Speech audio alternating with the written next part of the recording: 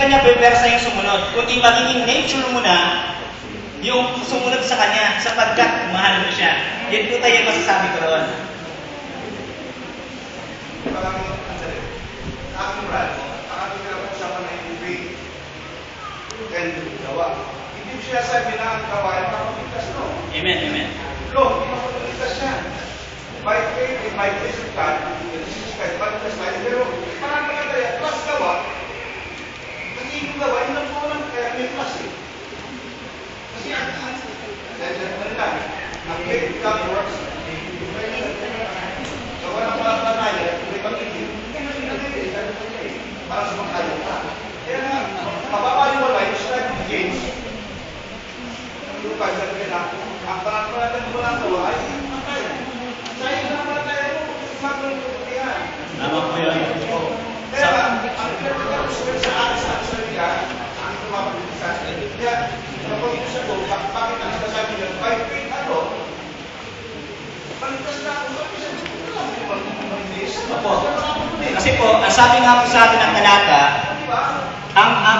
ang mga tao nagsisikap na arihin ganap sa pamamagitan ng gawa, hindi sila arihin. Opo.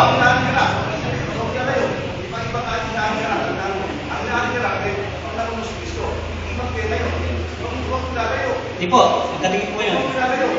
Kasi, nagtas na mataya. Kung ang yan, nagtas kung ang Kristo, kung ikaw may yan,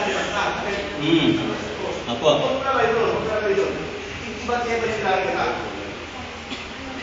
Kaya kapag nasa akin lang, may panampalataya ka, kaya ko naman mabuti.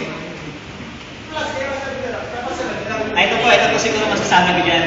Kaya kapag gumagawa dahil gusto mong maligtas, okay. Nagkakaisa po tayo dyan. So, ibig ko sabihin, kung hindi ibabalik mo yung gawa. opo. Kasi pag may panampalataya ka, mas gawa, tama kung ba yun eh. Opo. Hindi po natin minawalang kabuluhan ang paggawa. Opo. Ang pinagkakataon, hindi pwede maligtas ang tao na walang gawa.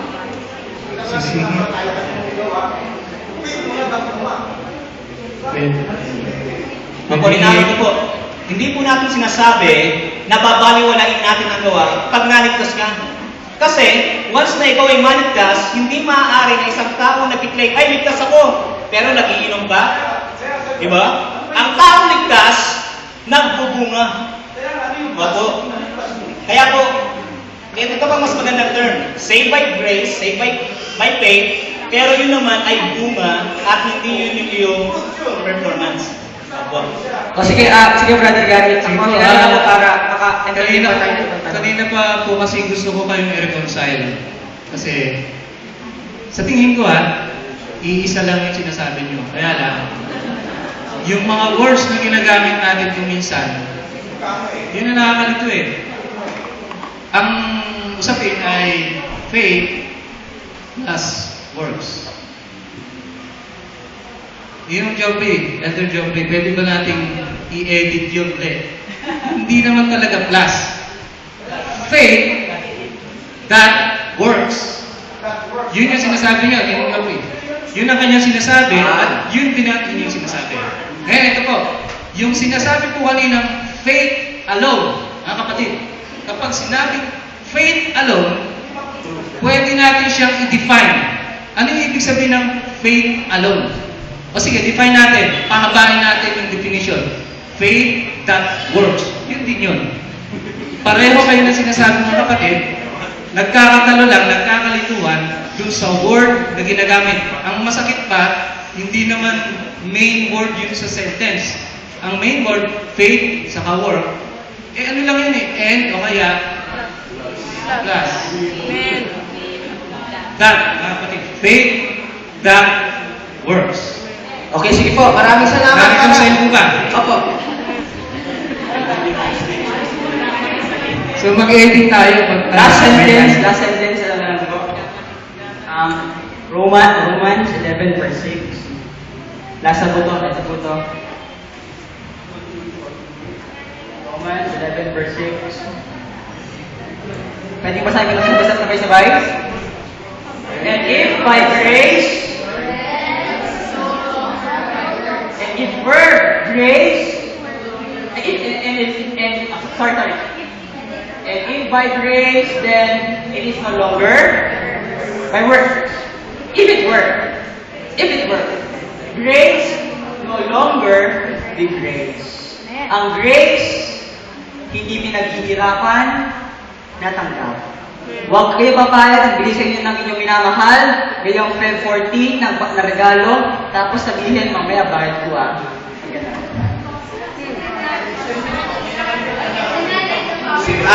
Konsa na may gabi sa Ate Karen sa ito. Mahalaga to. Nagugtong mo lang. Mga kapatid, sinasabi natin yung works ay bunga ng pananampalataya. Ibig sabihin, hindi natin yung bahagi. No, yung works. At madalas, nasa ating isipan, yung faith. Yung faith ay ating bahagi, mga kapatid. Madalas sinasabi, yun yung ating bahagi, yung ating faith. Yung works, hindi na talaga. Faith na lang ang ating bahagi sa kaligtasan. Ito, tingnan nyo mga kapatid, hindi rin nating bahagi ang faith. Ano yun? Sino may gawa ng faith? Ito ay bunga ng kabutihan pag-ibig ng Diyos. Wala tayong bahagi sa kaligtasan. Faith and works, wala. Okay, Ate Karen, sige po, sige lang po. Ano pa, related po rin po Oo, sa related, syempre. Kanina pa, kasi the first time na narinig ko yung righteousness by faith na message, I have the same reaction with Brother Joffrey. Pero later on, nung nag-research ako ng sarili ko, and I commend you for this, kasi nag-open ng mind ng mga kapatid. Syempre, dahil yun yung nalaman ko sa magulang ko, hindi ako naniwala agad. Ano yan, born again na tayo? Ganun agad. Pero when I research ng sarili ko, nakita ko yung beauty ng salvation. And you know what, kaya ang sagot ko kanina, di ba, it is the faith of Jesus. And I agree with Brother Gary. Ang pinag-uusapan natin, hindi tayo lumilihi sa doktrina ng Adventist. At ito po, hawak ko dito ngayon, yung fundamental beliefs, number 10, ng Adventist about salvation. At malinaw dito na sinabi natin na even that faith na nakakapagligtas ay hindi galing sa atin. It is through Christ. At wala po tayo kahit ano. Kahit yung paggawa natin ng mabuti, sa Diyos pa rin yun. Hindi sa atin galing yun. Wala po tayong ipagmamalaki, mga kapatid. And ako po, walang mali pareho. Parehong tama. Pero alam niyo po, dahil dito sa message na to, hindi ako takot sumagot pag tinanong ako ng born again, classmate ko born again, tatay ko born again, hindi na sila nakikipagtalo sa akin. Kasi alam ko na sumagot sa kanila are you born again? Yes, I am born again. Pag sinabi, are you a Christian? I am a Christian. Ganun mo agad ang sagot natin, hindi sasabihin na, ay, hindi ako born again, Adventist ako eh. Yun po yung dapat na maging malinaw sa atin, na we are saved by faith through Christ alone. Ngayon, mahabang pag-aaral ito mga kapatid. Nauuntian ako sa oras ninyo, Pastor. Since you opened this topic, ako po pinag-aralan ko ito for years bago ako na-convincing. And thank you kasi yung mga kabataan natin ngayon ay nag-aaral sila ng malalim. Ngayon, huwag kayong umasa lang sa mga nalilitig ninyo. Be noble like the Bereans. Yun yung natutunan ko sa mga Bereans. They search the scriptures by themselves alone. Hindi ako naniniwala sa sinasabi ng pastor, hindi ako naniniwala basta-basta sa sinasabi ng mga magulang ko, kundi I search by myself at nung nabasa ko na, hindi na ito question sa isip ko ngayon. Kaya wala tayong pagmamalaki dahil lahat ng ginagawa natin, even that faith that saves, is by Christ. Sige po, maraming salamat. Sige mama, sige po. Ulit. Kay mama po, huli natin po putulin yung patungkol po dito sa discussion ng righteousness by faith. Tapos, proceed po tayo sa next na tanong sa ibang topic na Alam po. niyo po masyado po tayong tumagal. Kanina po isinermon to ni Pastor.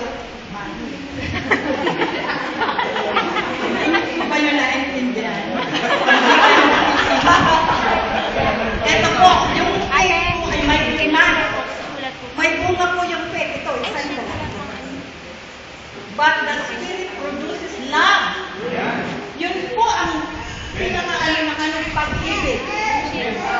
Hindi po yun bunga ng pag-ibig. Kasi po kanina nasabi yung faith, bunga ng pag-ibig. Hindi po. Ang bunga ng faith ay love, joy, peace, patience. Gawa po yan. Hindi po ba? Yung pagmahal ka, gawain po yun. Peace.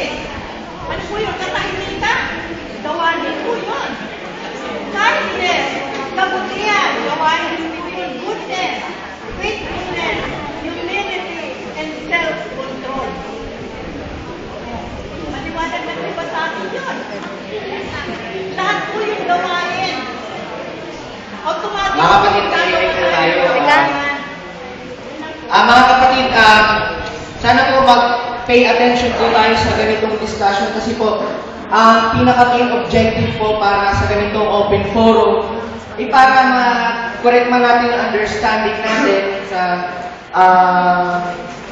standing din po ng ating church. Kaya may ganito po tayo para natin attention natin para mas matuto po tayo. So, cut po natin yung ganung discussion. Ang akin lamang po may dadagdag doon. I see no problem lang siguro po doon sa kasi maaaring na-confuse lang siya doon sa word ng plus words. Pero palagay na rin sabihin na natin dahil sinasabi ni Kuya Gary, even that words or yung sa faith na yun, lahat trabaho ng Diyos yun. So yun ang ating focus, trabaho yun ng Diyos yun. So yung words na ginagawa natin ay talagang ang Diyos pa rin ang tumutulak para gawin natin yung bagay na yun.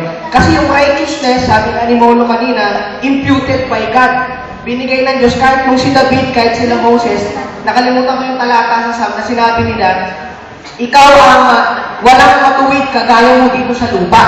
Ibig sabihin, tanging sa Diyos lang ang lahat ng mga bagay na maaaring gawin natin o ginagawa ng Diyos para sa kaligtasan natin. Kaya sa atin ngayon ay pinangahawakan ng Standard Church yung pananampalataya kay Kristo na bumubunga sa atin, na nagbubunga sa atin. So lahat ng trabaho ng Diyos. Next question po tayo, patuloy po natin sa ganung discussion kasi nakakaunang tanong pa lang po tayo. Kailangan maka-reach po kami ng 8 hanggang marami pa pong tanong kasi para din po ito sa subject po namin, kaya po nire-record. Para po ipapasa po namin ito. Para kung may mali man kami nasagot, ay iko-correct po ng professor po namin yan para po sa amin din pong sariling pag-aaral. Sige po, next question po tayo. Ha? Sige po, ibang ano na po yan ha, topic na po yan ha. Related pa rin po ba yan? Sige po, pwede po kasi baka si Shakespeare, pwede.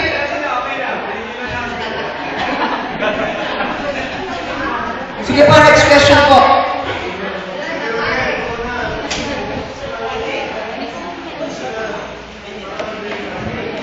Mga kapatid, kaya po open po ang tanong para masagot po o maaaring masatisfy kayo. Kasi baka mamaya na naman, may gumugulo sa isip ko, tapos na yung question and answer. Lumipas sa ilang mga Sabado, may tanong pa rin kasi hindi natin natanong.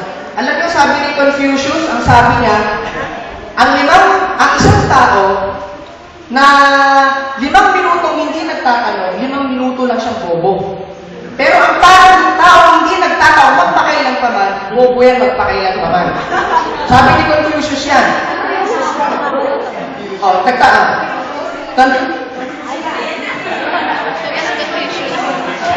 Sige, tatay. Mag-iingat po tayo sapagkat ito ang lumaganap ngayon. Maraming mga ibang reliyon sapagkat sinabi nila na wala ng utusan. Pananampalataya lang, ligtas na. Mag-iingat po tayo dyan.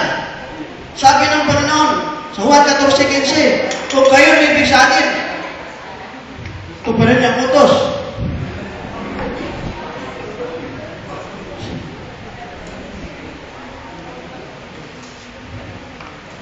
Pwede po ba magkaroon ng short reply po dun sa kung ako'y inyong iniibig, ay tutuparin mo ang rules. Tama po kayo, tatay. Pero, hindi natin tinutupad ang pag-atukos para ibigin tayo ng Diyos. Kundi, tayo tumutupad dahil mahal natin ang Diyos. Kaya natin problema. Next time. Ano pong tanong ninyo tayo? Ano pong gusto po ninyong itanong? Hindi, kasi ang ating ngayon, parang nagkagulo tayo sa kautusan. Dahil mayroon sinasabi na maligtas na dahil sa pananampalataya, wala na utusan. Ang dito sa Roma, yung binabasa natin, Roma 3:31. Basahin ko. Mga kapatid, tahimik naman po tayo para mapakinggan din po natin. Kaya lang, Bisaya ito ha. Sabi dito, ibungkag ba nato ang kasubuan tungod sa maong pagtuo? Wala kayo. Inunahan pabarog nato ang kasubuan. Tama po yung tatay. Wala naman po may nagbabago. Wala po. Wala po nagbabago. Napag-usapan lang po yung konti tungkol sa faith. Pero na-reconcile na po yung tatay. Okay na po yun. So gusto lang namin may punto kanina na talagang wala tayong trabaho dito. Kundi bunga yun ng trabaho na ginawa ng ating Panginoon. So dito po sa atin ngayon, sana ganun din, wala pong may magbabali wala sa utos ng Diyos. Tulad po ng Okay po, sige, sister. Tapos si Kuya Chris. Pasensya na po, pero meron po ako dalawang katanungan. O sige, dalawa po. Makikinig tayo mga kapatid. After po ng isa, hintayin ko po yung parang second chance. Pag-isahin ko para sa isang sagot lang. Hindi, magkaiba po kasi sila. So, Oh, hindi sige. po na yung isang tanong. So, Okay.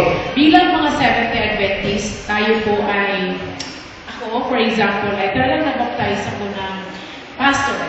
So, kailan or dapat ba talaga na tayo ay mabaptize ng pastor? Or hindi ba allowed yung iba mga tao na sa tingin naman natin ay medyo qualified naman sila? Kasi alam naman natin na from the Bible time, wala pa naman mga pastor. So, meron tayong mga disciples ng Panginoon. So, ang question ko po, ulitin ko, ay hindi ba pwedeng mag-baptize ang hindi pastor? So, akala ko kanina ang takbo po ng tanong po ninyo sa one age na dapat mabinyagan yung isang tao, kung meron ba mga batayan ng mga edad para mabautismahin yung isang tao. Yung palang tanong po ninyo ay pastor lamang ba yung may karapatan para magbinyag? So, yun po yung concern ng tanong po niyo. Okay, so yun po yung concern ng tanong niya, kung pastor lamang po ba ang may kapangyarihan o authority para may magbinyag?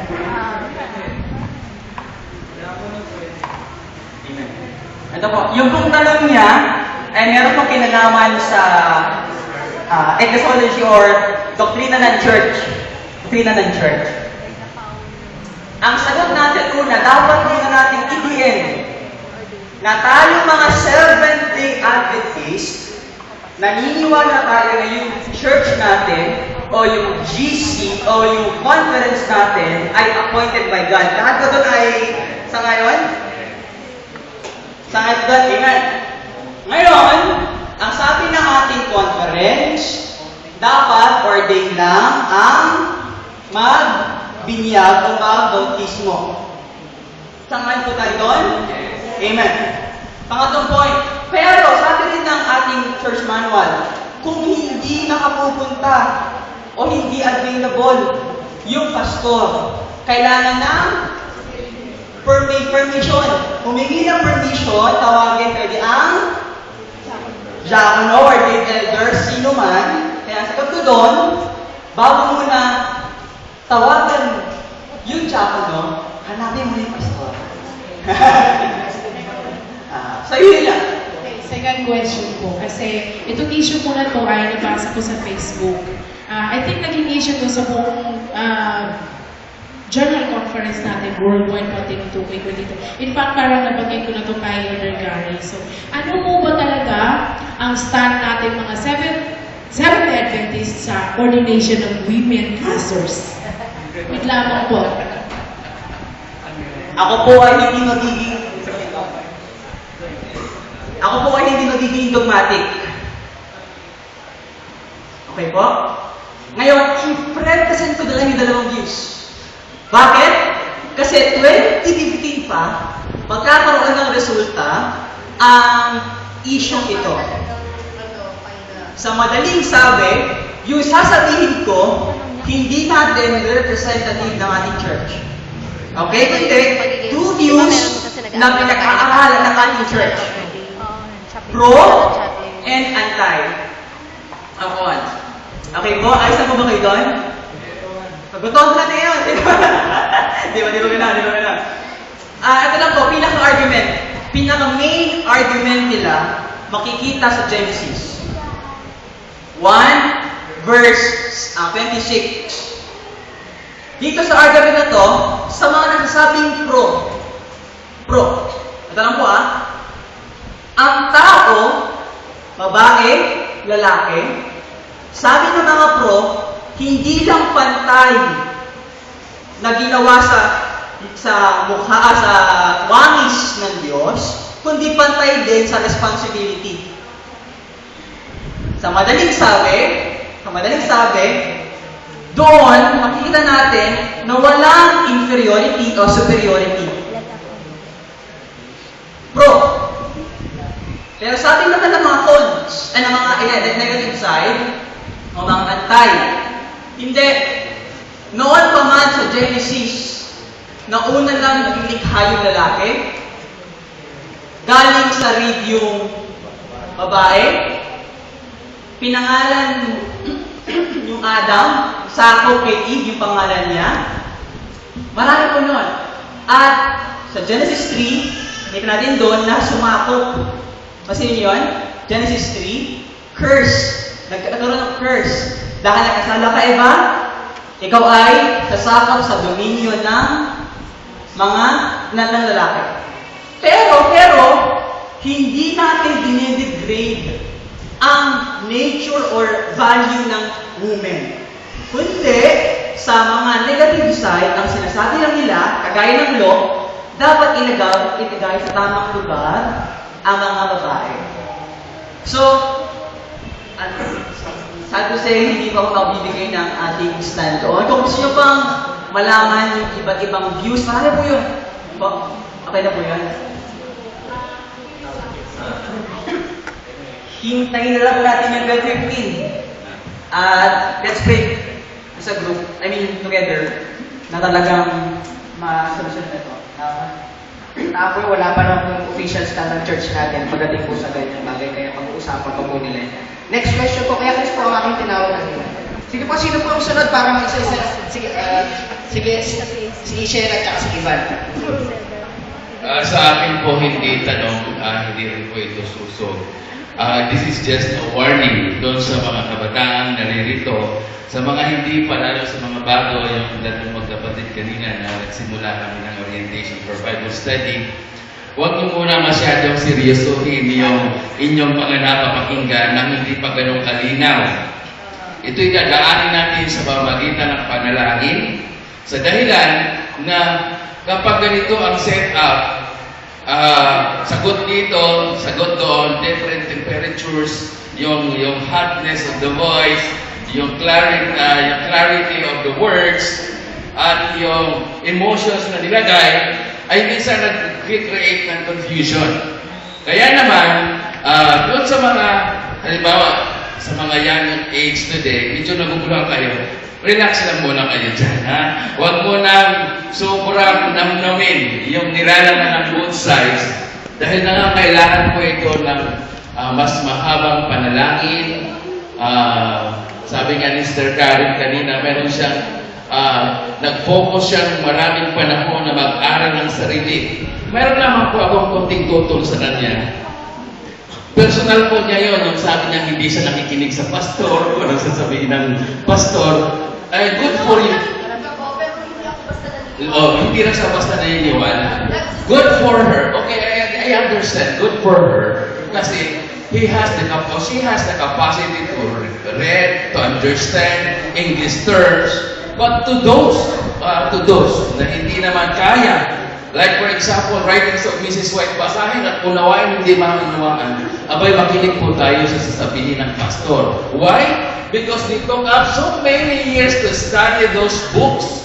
And they were not there just for nothing. They were there, mayroon pong guidance ng Holy Spirit. Yung mga professors doon, they were not put there just for nothing. Now, maging maingat lang tayo doon sa paggamit at pag-unawa ng bawat terminolohiya. Kapag grammatically hindi tayo masyadong expert dyan, ay magulos muna tayo, mag-relax. Kumbaga sa ating panahon, chillax lang. Nadadala po ito sa pamamagitan ng personal at corporate na pag-aaral. Kung kakayanin mo ng personal study without the aid of any pastor, good for you, just pray the Holy Spirit will guide you.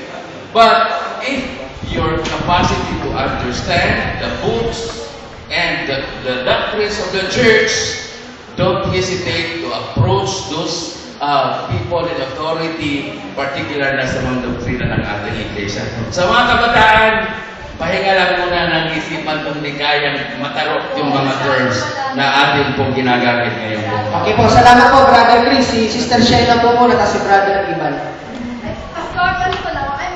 For clarification, I'm not saying don't listen to the pastors. Malinaw yung sinabi ko that I'm quoting from the Acts, the noble lives of Christian. Tama po yun. Di ba, Pastor? Opo.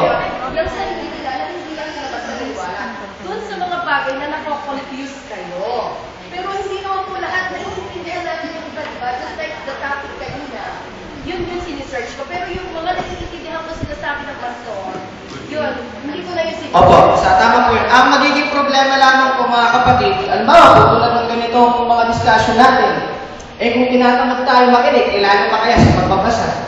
Di ba? Kaya sana magtuon tayo para at hindi lang po kami natututo, kundi para sa sarili po natin, para po pag may nagtanong sa atin, may sasagot po tayo yung katotohanan na nasa atin, na binigyan ng ating Panginoon. Sige po, Shena, tapos Iban. Sino po gusto mag-next? Taas po ang kamay. Si Brother Gary. Okay, nakalatag na to para sunod-sunod.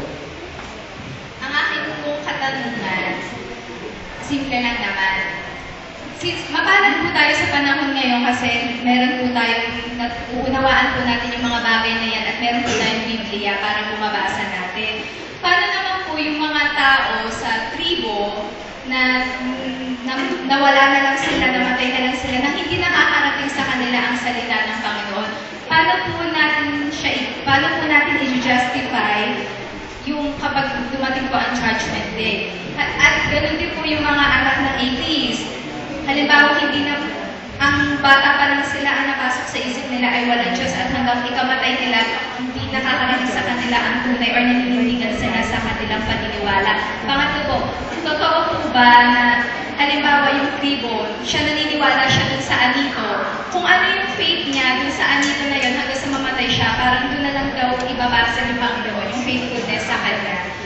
Totoo po ba yun? Okay, ang concern po ng tanong ni Sister Shena ay ganito, patungkol po sa kaligtasan ng mga taong hindi mismo nakikilala ang Panginoon. Kung ano magiging basis ng judgment sa kanila, yamang hindi talaga nila narinig ang pangalan ng Panginoon. Like, minention niya, tungkol sa mga tribo, yung mga nasa bundok, ano po yung kaligtasan meron sa kanila? Maliligtas ba sila? Sa pamamagitan ba ng mga bagay na meron sila ngayon? O ano bang basis ng paghuhukom ng Diyos para po sa kaligtasan nila? Bibigyan ko. Ayos. Ito na tanong. Okay. Yung pong tanong niya, may kinalaman naman sa mission. Mission. Sa salvation din. Salvation. Una kanina, ang tanong mo kanina, paano natin ma-share, di ba? Okay, ngayon, paano naman yung mga hindi nakarinig? Okay, dutan ko focus. Romans 1, verse 18, then talo tayo ng verse 20. Romans 1, verses 18, then talo tayo ng 20 mamaya. Okay, Romans 18. The wrath of God is being revealed from heaven against all godlessness and wickedness of men who suppress the truth by their wickedness. Verse 19. Since what may be known about God is plain to them. Sino yun them? Ito yung mga Gentiles. Ito yung mga hindi naka-receive ng law. Ito yung mga taong hindi Hudyo. Sa madaling sabi, pwede natin ilagay yung mga tribo dito sa classification na them. Verse 20. For since, ano yung ginawang made plain to them? For since the creation of world, God's invisible qualities, His eternal power and divine nature have been clearly seen, being understood from what has been made, so that men are without excuse. Ano yung sabihin nito? Yung mga tao daw na hindi nakarinig, hindi nakabalita, yung mga katulad ng mga tribo, ang Diyos hindi sila in-exempt. Hindi. Bakit? Kasi naging